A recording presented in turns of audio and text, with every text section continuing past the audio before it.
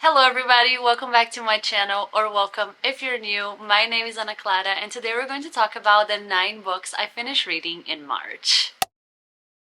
March was a pretty good reading month for me. I feel like I read what I read on average. I would say that I read anywhere between 8 to 11 books every month, so I feel like 9 is a pretty okay number for me. And what I really enjoyed about March and what I think I did really well was read across so many different genres.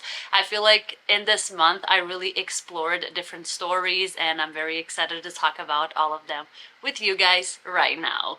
The first book I finished reading doesn't even feel like I finished reading in March because it literally feels like it was such a long time ago, but that was Monstrilio by Gerardo Samano Cordoba.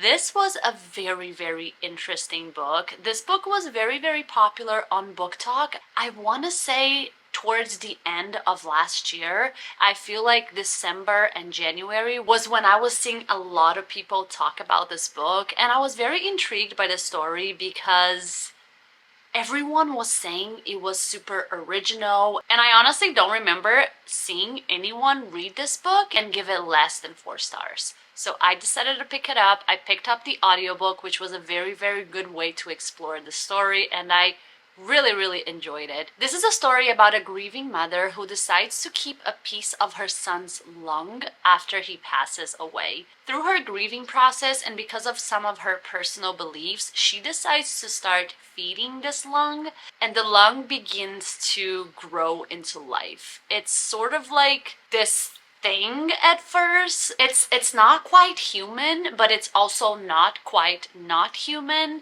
And because this mom has just lost her only kid, she is trying to hold on to anything that she has from him with everything she has. So she decides that she's going to raise this lung that has started to morph into something else as if it was her own son. This was a very interesting book to read because I feel like it explores grief so well, and what I really enjoyed about this book is that it doesn't feel like the author was really worried with like what was wrong or what was right. He was simply telling the story of this grieving mother as it was. This is what happened to her, this is what she did, these were the consequences, and this is how life went on. It didn't worry too much about convincing us if her actions were okay or not okay, or if anything that any of the characters were doing was the correct decision.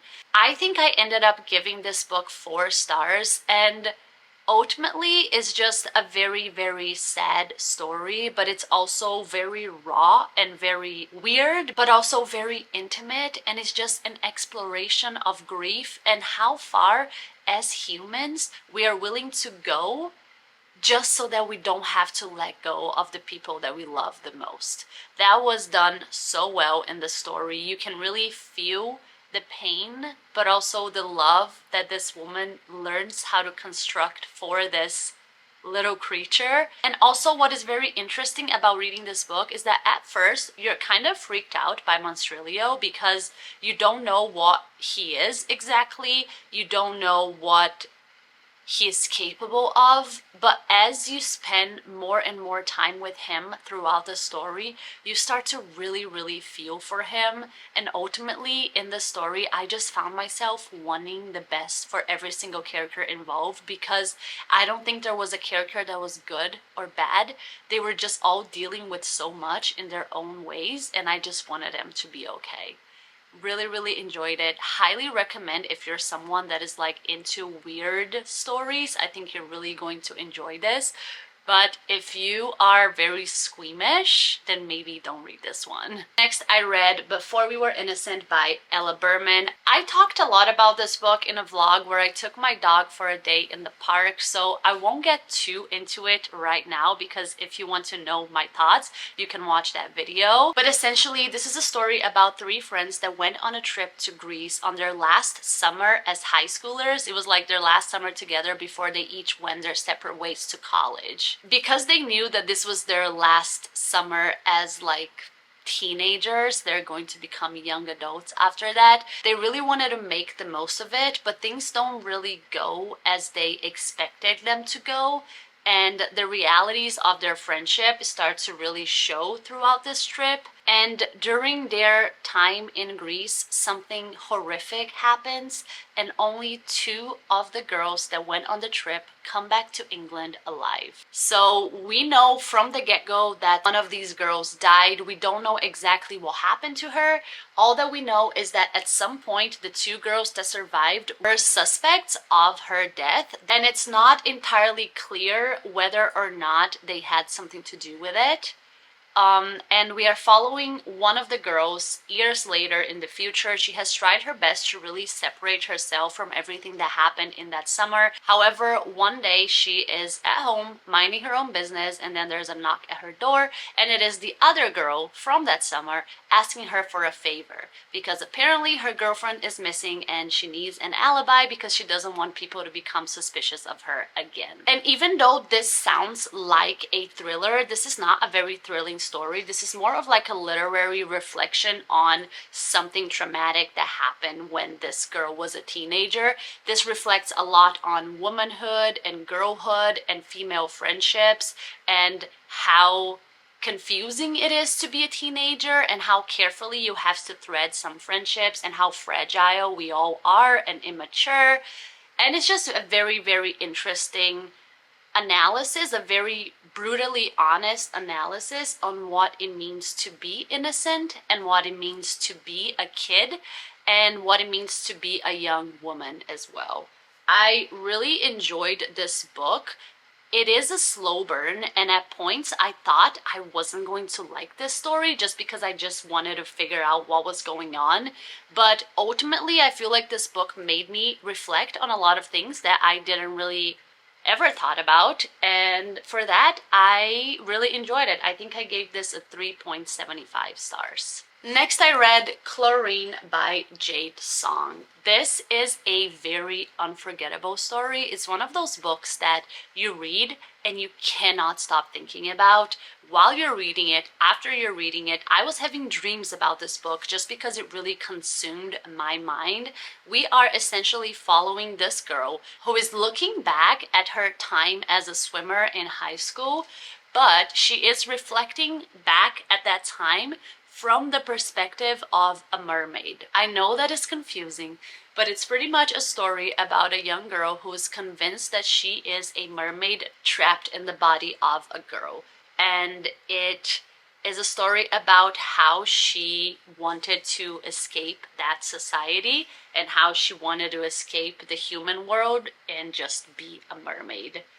This was very, very brutal. It was such an interesting way to explore growing up, and especially growing up with a lot of expectations put on you and what that can do to the mind of a young woman or a young kid. It is about dealing with trauma when you don't have the support that you deserve and trying to figure out so much on your own to the point where you cannot handle anymore. Yes, this is a story about a girl who thinks she's a mermaid, but it's mostly a story about a girl who just wants to find her place in the world, and she cannot see another solution other than just isolate herself and convince herself that she's different from everyone else, and that is why she can't find a way to fit in. I really, really enjoyed this book. The narrator is so poignant in the commentary that she makes. It's very brutal, very, very heartbreaking, and it's really interesting because it feels like the author doesn't want you to know whether or not this book is like magical realism or not. I feel like this book would make a very good book club book because I feel like there are so many things that you can discuss within this story. But again, not for the faint of heart. If you're someone that is squeamish, do not read this book because it's very, very descriptive and very brutal. But I really, really enjoyed this. This was 4.5 stars. After that, I listened to an audiobook that I literally had never heard of before. I listened to this book called Any Bot by Sierra Greer. And I only found out about it because I'm part of Libro FM's like ARC readers, so I was able to have early access to this story, and I'm really glad that I did because this was a very, very interesting book. This is a story about this robot called Annie, and she was basically designed and created to satisfy her owner's needs. However, over time, she starts developing her own intelligence and she starts really questioning what it means to be owned by someone and what it means to be herself, and how scary it is to exist in a world where you're so dependent on a man. She also starts questioning her own place in her relationship and whether or not her owner actually has any love for her, or if he just loves the idea of being able to control her. This was a very, very interesting book because I feel like the author used Annie and the fact that she was an AI, the fact that she was a robot, to explore the feelings that women often experience when they are in an abusive relationship. Because this book really, really explores the emotional and the physical dependency that Annie has on her owner. I can't even remember his name. I know he's not her owner, but I can't remember his name, so I don't know how else to call him. I was very, very intrigued listening to this book. It is very frustrating, and at times it is a little bit slow. I feel like we could have gotten a little bit quicker through the plot, but it was such an interesting take in abusive relationships, and it was such an interesting take in emotional dependency and finding your own voice and figuring out how to fight for yourself when literally no one else will, because you were created to serve someone that paid for you. I really, really enjoyed this book. I feel like this was another very addicting read. I read this very, very fast, and I don't think this is a perfect book. I think I ended up giving this like a 3.5 stars, but I'm certainly very intrigued to see what else this author will write in the future, because I believe this was her first ever book. So I am excited to see what else she's going to write, because this was very, very thought-provoking. Another book that I think would work well on a book club. Then I picked up Bride by Ellie Hazelwood, another book that I read on a vlog, so you've heard me talk about this one. And Ellie Hazelwood is quickly becoming such a feel-good author for me. I've only read 2 of her books, but both of these books made me feel so happy. They're just so silly and cute and funny and just the right amount of spicy. Although we're gonna get into the spice in this book because this was a little wild for me, but still, I just have such a good time reading her books, and I feel like whenever I am just looking for something that can pass the time, that can entertain me and put a smile on my face, I'm definitely going to think of this author. So in this book, I'm sure you know, we are following this vampire called Misery, who in an attempt to like save the alliance between vampires and werewolves, accepts to marry the like werewolf alpha, who is this guy called Lo. Since reading this book, I've also learned that it is very normal for in paranormal romance for like werewolves and vampires to be sworn enemies. I thought this was just like a Twilight thing, but it's not. Apparently this is part of the like alpha verse, whatever it's called, lore. But what Lo and like literally no one else knows is that Misery has her own reasons to enter this marriage. She's not really getting married because she cares deeply about the vampires, but she is getting married because this man might be the only person that could potentially have the answer she has been looking for almost a year now. Or even more. I can't remember how long it's been. But this woman is trying to solve a mystery, and this guy might have the answers to this mystery. That's why she decides to marry him, and then the story goes from there. I had such a fun time reading this book. I was so intrigued by the mystery. I feel like that element really keeps the plot going and really makes it so the story, it's not just about her and Lo. Yes, they get together and they get close because of this mystery, because they both have things that they can gain from solving this. But I feel like it was so smart of Ellie Hazelwood to make this the driving force of her plot, because you're so invested. And I think I was even more invested in finding out what happened than I was in their relationship. Even though I think that they are a great match, I thought they were very cute together. I will say, there is a talk about this man's knot in this book, which if you've read, you know what I'm talking about. That freaked me out a little bit, especially when it comes to the part of like getting stuck on this knot. I was not a fan of that, but I've recently learned that that's part of the universe, so it is what it is. It was just funny and entertaining, and I just had a blast. I had a fantastic time reading this book, and it's really all I expect from Ellie Hazelwood. So highly, highly recommend if you're just looking for something to distract you with and to just keep you giggling and laughing and also pretty intrigued. I gave this 4 stars. Next, for the same vlog, I listened to the audiobook of What Lies in the Wood by... I just cannot remember this author's name, by Kate Alice Marshall. The amount of times on that vlog that I had to look back and research this author's name is absurd, and I still, for some reason, can never remember it. What Lies in the Woods by Kate Alice Marshall. Yes, that's her name. This book kind of reminds me of like Before We Were Innocent, but more thrilling, because this is a story about 3 friends that one day when they were very young, I think they were like 13 or 12, they went into these woods that they used to go every day in the summer to play their silly little fairy games.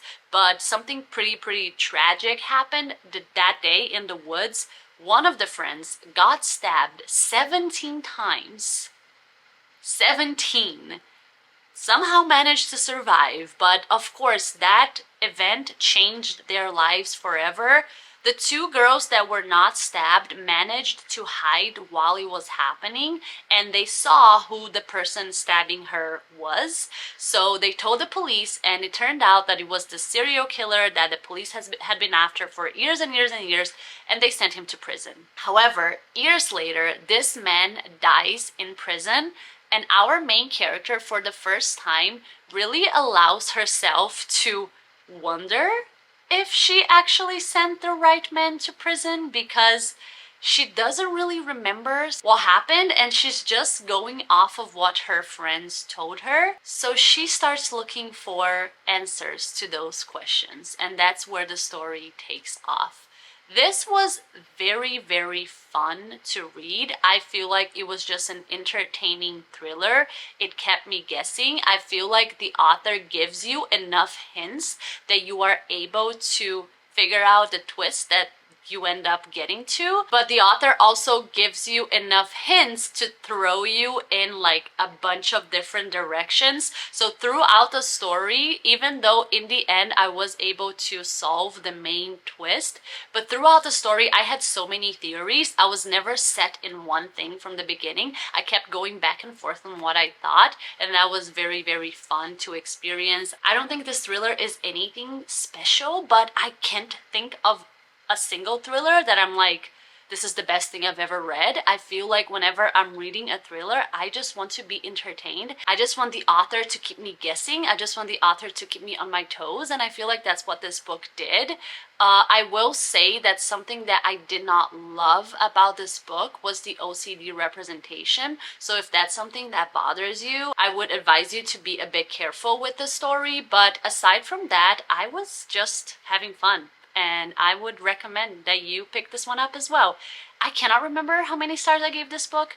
I think I gave it 3 or 3.25, something like that. But yeah, it was fun. It's not something that I'm really going to think about again, but I don't need to. So that was What Lies in the Woods. Next, for that same vlog, I read Queenie by Candace Carty Williams. Now, this is a story about a woman called Queenie who is in the trenches. This poor woman, like, nothing is going her way. She was recently told by her boyfriend that he wanted a break, and she's been trying to convince herself ever since that this is actually going to be a break and that they are going to get back together at some point. But he literally doesn't communicate with her, and she's been living somewhere else, and all of her friends are saying like, I don't think you guys are gonna get back together. But Queenie really wants to believe that they're going to get back together, but the more he pushes her away, the more she begins to spiral. And because she's trying to distract herself from this break, she tries to distract herself by going to other dates, but literally this woman has a rotten finger because every single man that she chooses is a piece of garbage, including her ex, because we get some flashbacks to her relationship with her ex, and he wasn't even that great. But she's suffering for this man, and I'm sure this is something we can all relate. I'm sure we've all at some point suffered by a piece of shit that didn't deserve our tears. And this is what this woman is going through. But because she's trying to distract herself from the problem rather than actually facing the problem, she also starts to really try to bury a lot of her trauma that she has never dealt with. And a lot of her trauma involves her complicated relationship with herself, with her family, and with men. And she's so good at downplaying her own emotions and her own trauma that by the time that she realizes that maybe she's not doing okay and she might need help, things have really gotten out of control. This was a very, very interesting and a very honest exploration of self-discovery and also of dealing with trauma. What this book does really well, it shows that healing and trying to find ways to cope with your trauma is not linear, and it's never going to be that way. So it's going to be very hard. It's going to take a lot of time, and it's going to take a lot of messing up to get to the point that you want to be. And a lot of times reading this book feels very frustrating because you know Queenie is making so many mistakes. You know that she's making horrible decisions, and you're sort of just watching her and being like, why would you do that? That's so dumb. But I feel like that's the beauty of this book, is the fact that Queenie is doing everything she's not supposed to do, but you can still understand her and you still feel for her and you want her to get better so, so deeply. And this was a very, very interesting journey to go on. I feel like it's very raw and vulnerable and also brutally honest about what it actually means to go to therapy, what it actually means to seek out help, and what it actually means to try to heal, because it's not pretty. And it's not easy. And this is something that this book does really, really well. It shows us those things. What I will say is that this book also doesn't really talk about OCD in a very fair way, I feel like. It really associates OCD with just liking your house to be clean and liking things to look neat, which I don't think is a fair representation of the disorder. And that was something that made me take some stars away from this book, just because I felt like that wasn't fair for people that actually have OCD to just have it as like an offhand comment and like an ongoing joke between her family that they are all OCD just because they like their house to be clean. So that was something that I didn't enjoy about this book, but overall I feel like this was a very interesting book to read. It's not easy because it's frustrating, but it's still, I appreciate what this book was trying to say and what this book said. I think I gave this like 3.5, 3.75 stars. Again, it lost some stars because of the OCD part. Next, I listened to the audiobook of Piglet by Lottie Hazel. This is a story about this woman who, a week before her wedding, discovers some sort of betrayal by her husband. We're never told flat out what he did, what this betrayal was, but as the reader you can imagine and you can guess what this man did. But that's not the point of the book. The point is not what he did, but rather how Piglet reacts and how that has a ripple effect in her whole life and her life choices. From the day that she finds out, Piglet becomes ravenous. She becomes very, very hungry for both actual food and like indulging in the foods that she wants to eat, but also she's almost like trying her hardest to devour and ruin everything that she has built for herself, because maybe none of it was real after all. I enjoyed this book. I feel like it was a very interesting way to explore such a popular trope. The writing and descriptions of food in this book are very, very well done. I don't recommend reading this book if you're hungry because it's only going to make you hungrier. And it almost felt like an A24 movie because it's kind of strange and it's kind of not clear what the purpose of the book is, and it's not always clear what the author is trying to say. But sometimes I felt like the author was saying a lot without actually saying anything to me, and I wasn't always sure what the point of the story was or what the point of the paragraph was. I feel like there were moments that I was right there with Piglet and I understood her and I felt for her and I wanted her to be okay. But there were other times where I just wanted it to be over. So I don't know. This was kind of like a meh book for me. I thought it was good. I thought the premise was very interesting and I think it was well executed. I just don't think it always had my attention and I don't think I was always interested in the story. I will say that the last part of the story is really, really good. It was just getting to that bit that felt a bit frustrating because I wasn't really sure what we were trying to get at. And the last book that I read was also I think this was my only 5-star read of the month, which was Rosaline Palmer Takes the Cake by Alexis Hall. This book is a reminder to just pick up random books from the bookstore. If a book catches your attention, it doesn't matter that you've never seen it online. It doesn't matter that you've literally never heard about this book before. Pick it up because you know yourself and this might be a 5-star read, which is what this book was for me. This was my first ever book by Alexis Hall, but this will not be the last. I really, really enjoyed reading this book. It was so much fun. And literally all that I had to know before picking up this book was that this was a bake-off romance. I literally was like, say no more, you're coming home with me, because I love the Great British Bake Off. That's like my comfort show. So to have that setting was just all I really needed and makes me kind of biased to this book because I feel like this book was written for me. But I loved this. I really, really enjoyed this story. But if you need more convincing than simply this is a bake-off romance, this is a story about Rosaline, who is this woman that comes from a very wealthy family who always had very, very high expectations of her. However, since she dropped out of college when she was 19 years old to raise her baby, she has felt like she's nothing but a failure and a disappointment to her family. She really wants to be able to live her life and to be financially independent and to just raise her kid however she wants to. However, she's not there and she is financially dependent on her parents. And because of that, she feels like she needs to constantly do things to make them proud.